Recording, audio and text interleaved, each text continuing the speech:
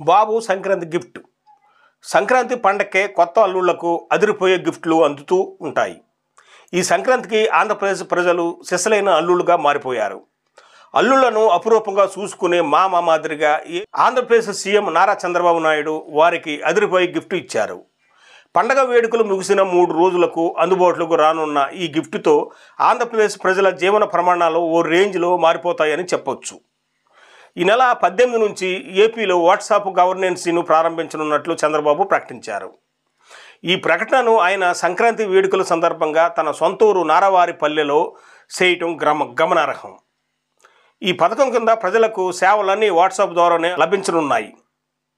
అంటే కుల ఆదాయ ధృవీకరణ పత్రాల కోసం ఇకపై ప్రజలు ప్రభుత్వ కార్యాలయాలకు పరుగులు పెట్టాల్సిన పని లేదు. వాట్సాప్ ద్వారా అప్లై చేస్తే క్షణాల్లో అదే వాట్సాప్ ద్వారానే ఈ పత్రాలు అందుతాయి. ఇలా 1-2 కాదు, ఏకంగా 150కి పైగా సేవలను ప్రజలు వాట్సాప్ ద్వారా పొందనున్నారు. మొన్నటి ఎన్నికల తర్వాత కూటమి ప్రభుత్వం ఏర్పాటు కాగానే ఐటీ శాఖ మంత్రిగా బాధ్యతలు చేపట్టిన నారా లోకేష్ వాట్సాప్ గవర్నెన్స్కి ప్రతిపాదించగా మెటా అందుకు ఒప్పుకుంది. ఆంధ్రప్రదేశ్ ప్రభుత్వంతో మెటా ఒప్పందం కుదుర్చుకోగా సేవల బదిలీకి తాజాగా రంగం సిద్ధమైంది.